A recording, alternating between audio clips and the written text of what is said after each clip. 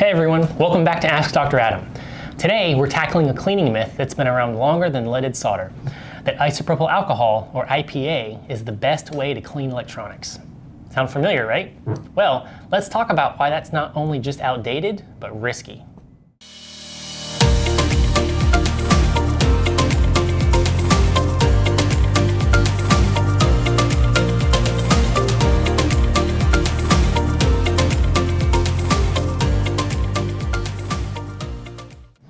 IPA is everywhere. It's cheap and easy to find, and for decades it's been the go-to cleaner for everything from circuit boards to stencil printers. But here's the problem. Modern electronics have changed, and IPA hasn't. IPA struggles to dissolve today's no-clean fluxes. These fluxes are engineered to be low residue and chemically stable, which means IPA just smears them around instead of removing them. So even if your board looks clean, residues are still there, especially under low standoff components. Trapped residue can absorb moisture from the air, leading to electrochemical migration, dendritic growth, and eventually leakage currents or outright failure. And it's not just about performance. IPA is flammable, even when diluted.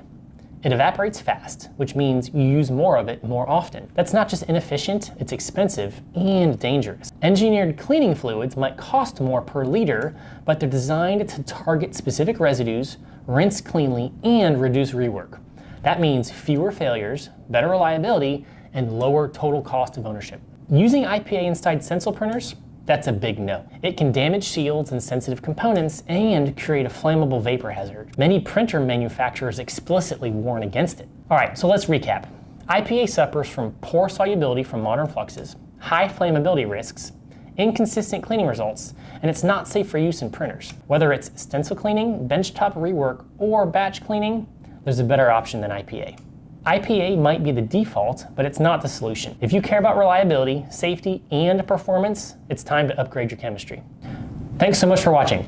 If you enjoyed this video, don't forget to give it a thumbs up and let me know your thoughts or questions in the comments below. You can also email your questions or comments to AskDrAdam@KYZEN.com. If you're new here, make sure to hit that subscribe button and turn on the notification bell so you don't miss any new episodes. And as always, stay clean.